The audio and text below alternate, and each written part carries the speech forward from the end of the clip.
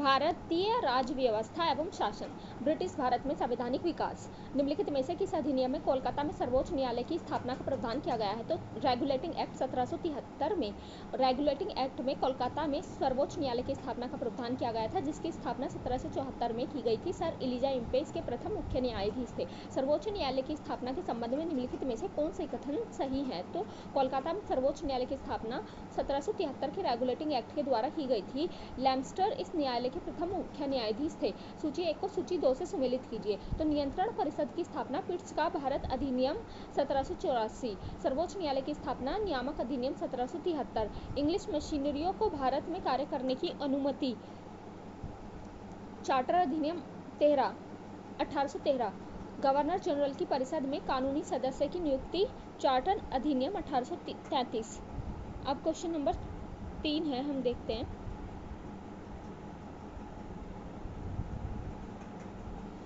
किस अधिनियम के द्वारा ब्रिटिश संसद ने चाय और चीन के साथ व्यापार को छोड़कर ईस्ट इंडिया कंपनी के साथ भारत व्यापारिक एकाधिकार को समाप्त कर दिया? तो 1813 का चार्टर अधिनियम के द्वारा ब्रिटिश संसद ने चाय और चीन के साथ व्यापार को छोड़कर ईस्ट इंडिया कंपनी के भारत के साथ व्यापारिक एकाधिकार को समाप्त कर दिया था, जबकि 1833 के चार्टर अधिनियम द्वारा कंपनी के समस्त व्यापारिक कार्य समाप्त कर दिए गए थे तथा भविष्य में कंपनी को केवल राजनीतिक कार्य ही करने थे। क्वेश्चन नंबर 4 है, किस अधिनियम ने भारतवासियों को अपने देश के प्रशासन में कुछ हिस्सा लेने संभव बनाया? तो चार्टर एक्ट 1833 की धाराओं में सबसे महत्वपूर्ण धारा संख्या 87 थी, जिसमें यह कहा गया था कि किसी भी भारत अथवा क्राउन की देशज प्रथा को अपने धर्म, स्थान, वंशानुक्रम, वर्ण, कलर अथवा इनमें से किसी एक कारणवश कंपनी के अधीन पद अथवा सेवा के अयोग्य नहीं माना जा सकेगा। कालांतर में राजनीतिक आंदोलन में 1833 एक्ट की यह धारा प्रशासन में भागीदारी हेतु मुख्य आधार बनी।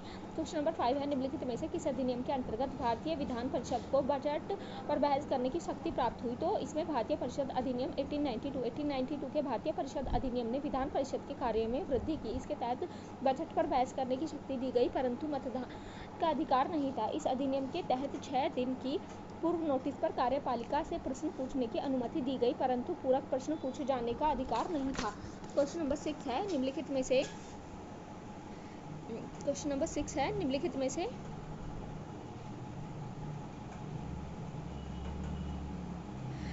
में से किस एक अधिनियम द्वारा भारत में संघीय न्यायालय की स्थापना की गई? तो इसमें से किसी में भी नहीं। भारतीय में संघीय न्यायालय की स्थापना 1 अक्टूबर 1937 को भारत सरकार अधिनियम 1935 के अंतर्गत की गई थी। इसके प्रथम मुख्य न्यायाधीश सर मैरिस गवेयर थे। उपयुक्त दिए गए विकल्पों में से 1935 में न होने के कारण कोई भी उत्तर सही नहीं है। भारत का संघीय न्यायालय निम्नलिखित में से किस वर्ष स्थापित हुआ था?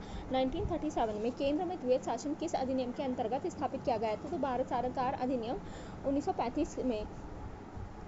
भारत सरकार अधिनियम 1935 के अंतर्गत केंद्र में द्वैत शासन एक नए अखिल भारतीय संघ भारत संघ फेडरेशन ऑफ इंडिया के नाम से की स्थापना तथा प्रांत में द्वैत शासन व्यवस्था को समाप्त करने का प्रावधान किया गया था। प्रांतों में द्वैत शासन का उपबंध 1919 के अधिनियम द्वारा किया गया था। केंद्र में शासन के तहत संघीय विषयों को 2 भागों में बांटा गया, रिजल्ट और हस्तांतरित विषय, ट्रांसफर सब्जेक्ट। निम्नलिखित में से किस अधिनियम ने केंद्र ने द्वैत शासन प्रणाली को स्थापित किया? भारत शासन अधिनियम 1935।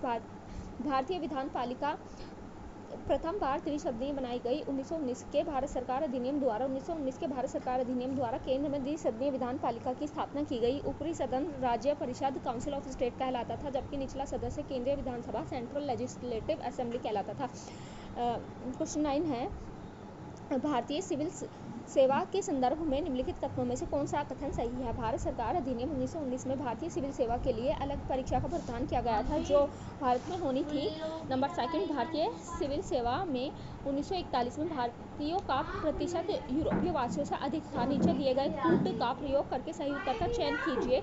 तो पहला और दूसरा दोनों सही है। भारत में आधुनिक मेरिट आधार आरित सिविल सेवा ICS का प्रारंभ 1854 में लंदन में सिविल सेवा आयोग की स्थापना से हुआ तथा 1855 से इस हेतु प्रतियोगी परीक्षा लंदन में आयोजित की जाने लगी। भारत की लगातार मांग के बावजूद यह परीक्षा भारत में होकर लंदन में ही होती रही। अंततः भारत सरकार अधिनियम 1919 के प्रावधान के अनुरूप वर्ष 1922 में ICS IAS की परीक्षा भारत में भी होनी प्रारंभ हुई। पहले इलाहाबाद में तथा बाद में दिल्ली में। 1930 के दशक के अंत तक यूरोप वासियों की उपलब्धता भारतीय सिविल सेवा में कम होती गई तथा इसकी सेवा में 1941 तक स्पष्ट रूप से भारतीयों का प्रतिशत यूरोप वासियों से अधिक हो चुका था। राष्ट्रपति के अध्यादेश निर्गत करने की शक्ति प्रेरित है तो भारत सरकार अधिनियम 1935। यद्यपि भारत में गवर्नर जनरल को 1861 के भारत परिषद अधिनियम से ही विधान परिषद की अनुमति के बिना अध्यादेश जारी करने की शक्ति प्राप्त थी। तथापि भारतीय संविधान में राष्ट्रपति के अध्यादेश निर्गत करने की शक्ति अनुच्छेद 123 भारत सरकार अधिनियम 1935 की धारा 42 एवं 43 से प्रेरित है। क्वेश्चन नंबर 11, एक संघीय व्यवस्था। क्वेश्चन नंबर 11, एक संघीय व्यवस्था और केंद्र में द्वैध शासन भारत में लागू किया गया था। 1935 के अधिनियम द्वारा भारत के संविधान में केंद्र और राज्य के मध्य शक्तियों का विभाजन भारत शासन अधिनियम 1935 में उल्लेखित योजना पर आधारित इस अधिनियम में 7वीं अनुसूची में संघीय और राज्य समवर्ती सूची में विषयों का विभाजन किया गया था तथा इसके अतिरिक्त प्रांतों में द्वैध शासन समाप्त करने केंद्र में द्वैध शासन लागू किया गया था जो प्रांतीय स्वायत्तता के सूत्रपात का संकेतक था। इसमें एक अखिल भारतीय महासंघ भारत संघ फेडरेशन ऑफ इंडिया के नाम से स्थापित करने का प्रावधान शामिल किया गया था। इस संघ का नाम निर्माण तत्कालीन ब्रिटिश भारत के प्रांत, चीफ कमिश्नर प्रांत एवं देशी रियासतों से मिलकर होना था, परंतु यह व्यवस्था लागू नहीं की जा सकी। 1935 में भारत सरकार अधिनियम द्वारा स्थापित होने वाले संघ में अवशिष्ट शक्तियां गवर्नर जनरल को प्रदान की गई थी। अखिल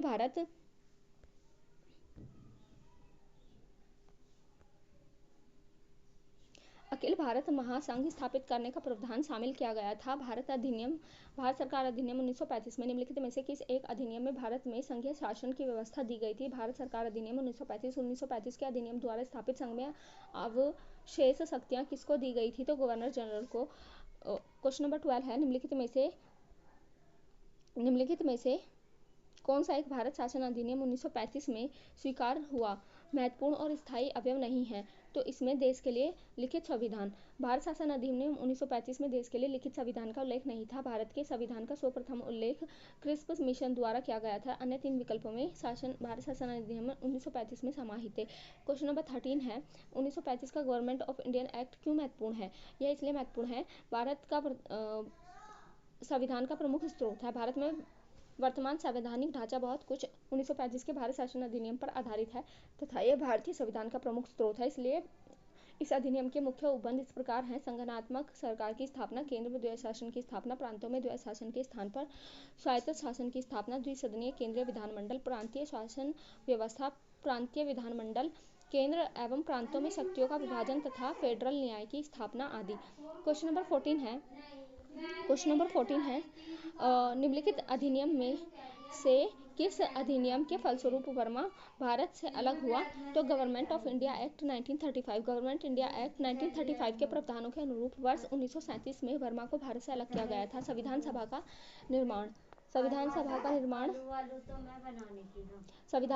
का निर्माण एवं प्रक्रिया। स्वतंत्रता के पूर्व के दिनों में प्रारंभ में किस संविधान निर्मात्री सभा का विचार प्रस्तुत किया गया था? M.N. रॉय ने। भारत की ओर से संविधान की सभा सर्वप्रथम मांग की गई 1934 में। रांची में स्वराज पार्टी ने की थी। प्रश्नगत विकल्पों में वर्ष 1934 में ही भारत में संविधान निर्मात्री सभा का विचार M.N. रॉय ने दिया था। क्वेश्चन नंबर 2 है, एक निर्वाचित संविधान सभा द्वारा भारत के संविधान का निर्माण करने का प्रस्ताव किया गया था। तो इसका ऑप्शन है सी, क्रिस्प मिशन द्वारा। एक निर्वाचित संविधान सभा द्वारा भारत के संविधान का निर्माण करने द्वितीय विश्व युद्ध के समाप्त होने के पश्चात का प्रस्ताव सर्वप्रथम क्रिस्प मिशन 1942 द्वारा दिया गया था। क्वेश्चन नंबर 3 है, इन व्यक्तियों में से कौन से कैबिनेट मिशन का सदस्य नहीं था? तो इसमें है विलियम वुड्स। कैबिनेट मिशन मार्च 1946 में भारत पहुंचा। इस मिशन के सदस्य स्टैनफोर्ड क्रिस्प अध्यक्ष, board of trade Pethick Lawrence Bharat सचिव और A.V. अलेक्जेंडर नौसेना मंत्री थे। क्वेश्चन नंबर 4 है, इसमें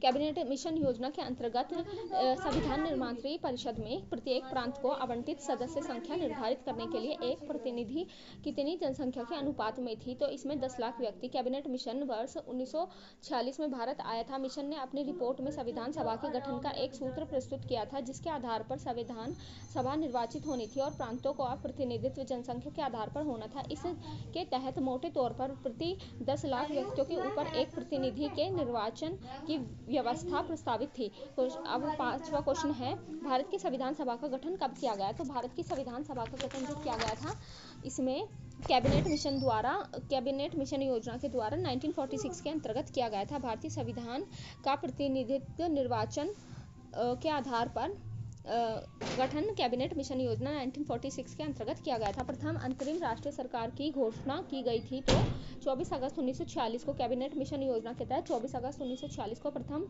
अंतरिम राष्ट्रीय सरकार की घोषणा इस व्यवस्था के साथ की गई थी कि अंतरिम सरकार 2 सितंबर 1946 को कार्यभार संभालेगी। क्वेश्चन नंबर 7 है, निम्नलिखित में से कौन सा अगस्त 1946 के में गठित प्रथम अंतरिम सरकार का सदस्य नहीं था? तो doctor S Radhakrishnan. Cabinet mission योजना के आधार पर 24 अगस्त 1946 की घोषणा के तहत नवनिर्वाचित संविधान सभा से 2 सितंबर 1946 को भारत की अंतरिम सरकार का गठन किया गया था। इसमें सी राजगोपालाचारी शिक्षा मंत्री तथा डॉक्टर राजेंद्र प्रसाद खाद्य मंत्री एवं कृषि मंत्री तथा जगजीवन राम श्रम मंत्री थे, जबकि डॉक्टर एस राधाकृष्णन इस प्रथम अंतरिम राष्ट्रीय सरकार के सदस्य नहीं थे। क्वेश्चन 8 है, संविधान सभा में सदस्यों का चुनाव कैसे हुआ था? तो इसमें प्रांतीय सभाओं द्वारा हुआ था। संविधान सभा के सदस्य का निर्वाचन प्रांतीय विधानसभाओं के सदस्य द्वारा अप्रत्यक्ष निर्वाचन के आधार पर हुआ था, न कि सार्वभौमिक वयस्क मताधिकार के आधार पर। प्रत्यक्ष निर्वाचन द्वारा कर, संपत्ति और शैक्षणिक योग्यता के आधार पर मताधिकार प्रदान किया गया था। सभी को मताधिकार प्राप्त नहीं था। मत अधिकार प्राप्त नहीं था। क्वेश्चन नंबर 9 है, संविधान सभा की प्रथम बैठक की अध्यक्षता किसने की थी? तो इसमें डॉक्टर सच्चिदानंद सिन्हा ने की थी। और फिर है हमारा 9 दिसंबर 1946 को संविधान सभा की प्रथम बैठक की अध्यक्षता अस्थायी सदस्य अध्यक्ष डॉक्टर सच्चिदानंद सिन्हा ने की थी। 11 दिसंबर 1946 को संविधान सभा ने डॉक्टर राजेंद्र प्रसाद को निर्विरोध संविधान सभा के स्थायी अध्यक्ष के रूप में निर्वाचित किया। भारत संविधान सभा के उद्घाटन अधिवेशन की अध्यक्षता की थी डॉक्टर सच्चिदानंद सिन्हा द्वारा। इनमें से कौन सा भारतीय संविधान के अध्यक्ष डॉक्टर राजेंद्र प्रसाद? भारत संविधान की सभा की स्थापना की गई थी तो 9 दिसंबर 1946 को की गई थी। भारतीय संविधान सभा की स्थापना 9 दिसंबर 1946 को उसकी प्रथम बैठक के आरंभ होने के साथ हुई थी। भारत संविधान सभा की पहली बैठक कब हुई थी? 9 दिसंबर 1946 को। नंबर 11 है, भारत के एक संविधान देने का प्रस्ताव संविधान सभा द्वारा पारित किया गया था तो जनवरी 22 1947 को 22 जनवरी 1947 को संविधान सभा द्वारा भारत को एक संविधान देने का उद्देश्य प्रस्ताव पारित किया गया था। उद्देश्य प्रस्ताव को 13 दिसंबर 1946 को संविधान सभा में जवाहरलाल नेहरू द्वारा पेश किया गया था। आगे चलकर यही उद्देश्य प्रस्तावना का प्रारूप बना। संविधान में उद्देश्य प्रस्तावना निम्न में से किस एक के द्वारा प्रस्तुत किया गया था? पंडित जवाहरलाल नेहरू। नंबर 12 है, भारतीय संविधान के निर्माण से संबंधित निम्नलिखित कथनों में से कौन सा सही है? तो इसमें ए सही है। पहला, दूसरा, तीसरा। पंडित नेहरू के उद्देश्य प्रस्ताव को जो संविधान सभा द्वारा स्वीकार किया गया था संविधान के निर्माण पर असर था। सेकंड है, उद्देश्य का बहुत महत्वपूर्ण उद्देश्यों की पूर्ति करती है। और थर्ड है, संविधान को भारत के लोगों ने आदेशित किया है। भारत संविधान के तहत राज्य के मुखिया अर्थात राष्ट्रपति का निर्वाचन लोगों द्वारा प्रत्यक्ष रूप से नहीं बल्कि अप्रत्यक्ष रूप से जनप्रतिनिधि संसद एवं विधानसभा के निर्वाचित सदस्यों के माध्यम से किया जाता है। अन्य 3 कथन सही हैं। क्वेश्चन नंबर 13 है, तो फिर 3 कथन सही हैं वो कौन से हैं? मतलब अन्य 3 कथन सही, तीनों कथन सही हैं, मतलब कि ये पहला, दूसरा और तीसरा। पहला है, पंडित नेहरू के उद्देश्य प्रस्ताव का जो संविधान द्वारा स्वीकार किया गया था संविधान के निर्माण पर असर था। और दूसरा है, उद्देश्य का बहुत महत्वपूर्ण उद्देश्यों की पूर्ति करती है। और तीसरा है, संविधान को भारत के लोग ने आदेशित किया है। अब क्वेश्चन नंबर 13 देखते हैं। क्वेश्चन नंबर 13 क्या कहता है? ये रहा क्वेश्चन नंबर 13 है, भारत संविधान को बनाने हेतु भारतीय संविधान सभा के कुल कितने अधिवेशन हुए थे? तो इसमें 12 अधिवेशन हुए थे। भारतीय संविधान के निर्माण में संविधान सभा को 2 वर्ष 11 माह एवं 18 दिन का समय लगा था। इस दौरान इसके कुल 11 अधिवेशन 165 दिन हुए थे। 11वें अधिवेशन के अंतरिम दिन 26 नवंबर 1949 को संविधान को अंगीकृत किया गया था। इन 11 अधिवेशनों के अतिरिक्त संविधान सभा पुनः 24 जनवरी 1950 को समवेत हुई थी, जबकि सदस्यों द्वारा भारत के संविधान पर हस्ताक्षर किए गए थे। इस प्रकार निकटतम सही उत्तर सी होगा, मतलब 12। भारत की संविधान सभा की अंतिम बैठक की सही तिथि है 24 जनवरी 1950। भारत के संविधान के निर्माण में संविधान सभा को कितना समय लगा? 2 वर्ष 11 माह 18 दिन। भारतीय संविधान के निर्माण के समय संवैधानिक सलाहकार कौन थे? तो BN राव थे। भारतीय संविधान के निर्माण के समय बेनेगल नरसिंह राव BN राव को संवैधानिक सलाहकार नियुक्त किया गया था? भारतीय संविधान का प्रथम प्रारूप तैयार किया गया था BN राव द्वारा। संविधान के सभा के संवैधानिक सलाहकार BN राव द्वारा संविधान का पहला प्रारूप तैयार किया गया था, जिस पर विचार एवं परिवर्तन करने का प्रारूप समिति द्वारा संविधान सभा के समक्ष संविधान का मसौदा प्रस्तुत किया गया। BN राव के मूल प्रारूप में 243 अनुच्छेद और 13 अनुसूचियां थी। संविधान सभा में भारतीय संविधान का तृतीय वाचन कब प्रारंभ हुआ था? तो संविधान सभा में भारतीय संविधान का तृतीय वाचन 17 नवंबर 1949 से प्रारंभ हुआ और 26 नवंबर 1949 तक चला। अंतः प्रश्न में दिए गए विकल्प में कोई भी सही नहीं है। क्वेश्चन नंबर 17 है, भारत का संविधान पूर्ण रूप से तैयार हुआ था? तो पूर्ण रूप से कब तैयार हुआ था भारत का संविधान? नवंबर 26 नवंबर 1949 को। भारतीय संविधान की उद्देशिका प्रस्तावना में उल्लेखित किया गया है कि 26 नवंबर 1949 को भारत के लोगों ने संविधान को अंगीकृत, अधिनियमित और आत्म अर्पित किया। संविधान को अपनाने, उसके पूर्ण होने, पारित होने तथा इसको अंतरिम रूप देने की तारीख भी 26 नवंबर 1949 को ही मानी जाती है। इसी दिन नागरिकता अंतकालीन संसद अस्थायी और असंक्रमणकालीन उपबंध लागू हो गए। तथापि संविधान के शेष उपबंध 26 जनवरी 1950 से प्रभावी हुए। अतः संविधान के पूर्ण रूप से लागू होने तथा पूर्ण रूप से क्रियान्वित होने की तिथि के रूप में 26 जनवरी 1950 को ग्रहण करते हैं। संविधान सभा का भारतीय संविधान को स्वीकृत किया गया था 26 नवंबर 1949 को। भारतीय संविधान कब लागू हुआ था? 26 जनवरी 1950 को। क्वेश्चन नंबर 18 है, भारतीय संविधान को 26 नवंबर 1949 को किसके द्वारा अधिनियमित किया गया था? तो संविधान सभा द्वारा। संविधान सभा के 11वें अधिवेशन 26 नवंबर 1949 को भारतीय संविधान सभा द्वारा अपनाया, अंगीकृत और अधिनियमित किया गया था। भारत का संविधान अंगीकृत एवं अधिनियमित हुआ था नवंबर 26 नवंबर 1949 को।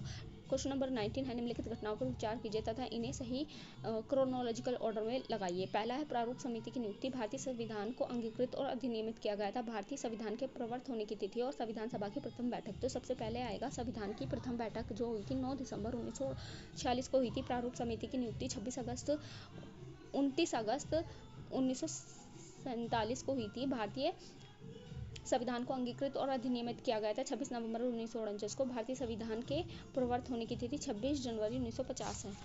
फिर क्वेश्चन नंबर हम 20 पे आते हैं। क्वेश्चन नंबर 20 हमसे कहता है कि नीचे 2 कथन दिए गए हैं, सही और गलत बताना है, कौन सा सत्य असत्य है और उनका कारण है। पहला कथन है, भारत का संविधान देश की आवश्यकताओं की पूर्ति करता है और इसका कारण है इसको एक अधिग्रहित संविधान कहा जाता है।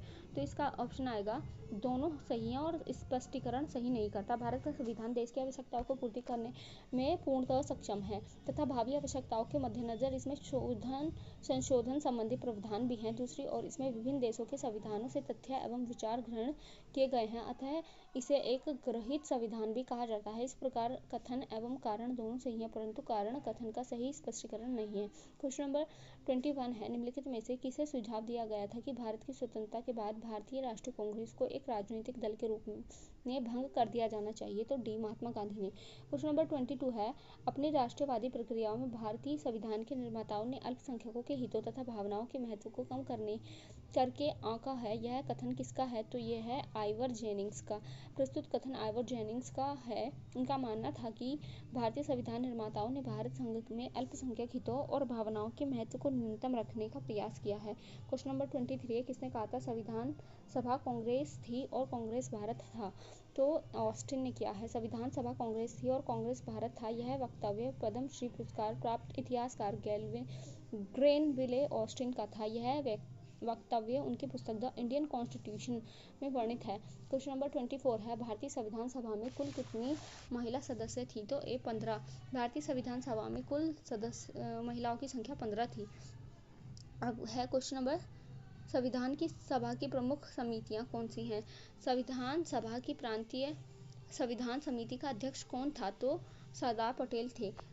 संविधान सभा के प्रमुख एवं उनके अध्यक्ष इस प्रकार हैं। समिति और अध्यक्ष: संघीय संविधान समिति पंडित जवाहरलाल नेहरू और प्रक्रिया विषयक नियमों संबंधी समिति डॉक्टर राजेंद्र प्रसाद। संचालन समिति डॉक्टर राजेंद्र प्रसाद। प्रारूप समिति डॉक्टर भीमराव अम्बेडकर। मौलिक अधिकारों अल्पसंख्यकों की समिति सरदार वल्लभ भाई पटेल। एक जनजाति और अपवर्जित क्षेत्रों से संबंधित सलाहकार समिति नंबर 1। मूल अधिकारों की समिति JP कृपलानी। अल्पसंख्यक उप समिति HC मुखर्जी, संघीय शक्ति संबंधी समिति पंडित जवाहरलाल नेहरू, प्रांतीय संविधान समिति सरदार वल्लभ भाई पटेल, कार्य संचालन order of business KM Munshi संबंधित समिति। भारतीय संविधान सभा की प्रारूप समिति के अध्यक्ष डॉक्टर BR अम्बेडकर थे। डॉक्टर BR अम्बेडकर की अध्यक्षता में संविधान सभा की प्रारूप समिति में कुल कितने सदस्य थे? तो 6 थे। डॉक्टर BR अम्बेडकर की अध्यक्षता में गठित संविधान सभा की प्रारूप या पंडुलेन समिति में 6 सदस्य थे। 1 N गोपाल स्वामी अयंगर, अल्लादी कृष्ण स्वामी अय्यर, KM मुंशी, मोहम्मद सादुल्लाह, BL मित्र एवं DP खेतान। इसमें BL मित्र के स्थान पर N माधवराव तथा DP खेतान की वर्ष 1948 के मृत्यु के बाद TT कृष्णचारी को इस समिति में शामिल किया गया था। निम्नलिखित में से कौन संविधान प्रारूप समिति के सदस्य थे? N गोपाल स्वामी और लादी कृष्ण स्वामी अय्यर। संविधान पांडुलिपि समिति का निम्नलिखित में से कौन सदस्य नहीं था? जवाहरलाल नेहरू नहीं थे। क्वेश्चन नंबर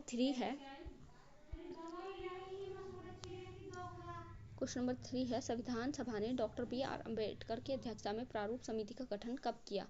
तो उन्होंने 29 अगस्त 1947 को संविधान के प्रारूप पर विचार करने हेतु संविधान सभा द्वारा 29 अगस्त 1947 को संकल्प पारित करके डॉक्टर BR अम्बेडकर की अध्यक्षता में प्रारूप समिति का गठन किया गया था। संविधान निर्मात्री परिषद का झंडा समिति के अध्यक्ष कौन थे? तो इसमें डॉक्टर राजेंद्र प्रसाद। भारतीय इतिहास में 2 झंडा समितियों का विशेष उल्लेख मिलता है। नंबर 1, 2 अप्रैल 1931 को कांग्रेस के कराची अधिवेशन में गठित झंडा समिति, जिसके अध्यक्ष सरदार वल्लभ भाई पटेल थे तथा शेष 6 सदस्य थे मौलाना अबुल कलाम आजाद, तारा सिंह, जवाहरलाल नेहरू, DB केलकर, हरिदकर एवं पट्टाभी सीतारामैया। एक तदर्थ झंडा समिति का गठन संविधान निर्मात्री परिषद ने 23 जून 1947 को किया था, जिसके अध्यक्ष डॉक्टर राजेंद्र प्रसाद थे तथा अन्य सदस्य थे अबुल कलाम आजाद, सरोजिनी नायडू, C राजगोपालाचारी, KM मुंशी एवं डॉक्टर BR अम्बेडकर। यह संविधान निर्मात्री परिषद द्वारा गठित झंडा समिति का अध्यक्ष पूछा गया है, अतः अभीष्ट उत्तर का विकल्प B होगा। आचार्य JP कृपलानी किसी झंडा समिति के अध्यक्ष या सदस्य नहीं रहे, जैसे कि